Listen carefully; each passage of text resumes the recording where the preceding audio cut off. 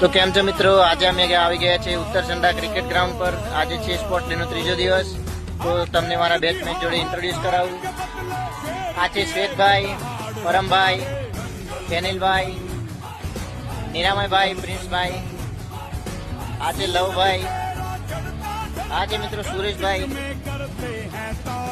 મિત્રો આ છે દીપભાઈ, અમારી ટીમના કેપ્ટન.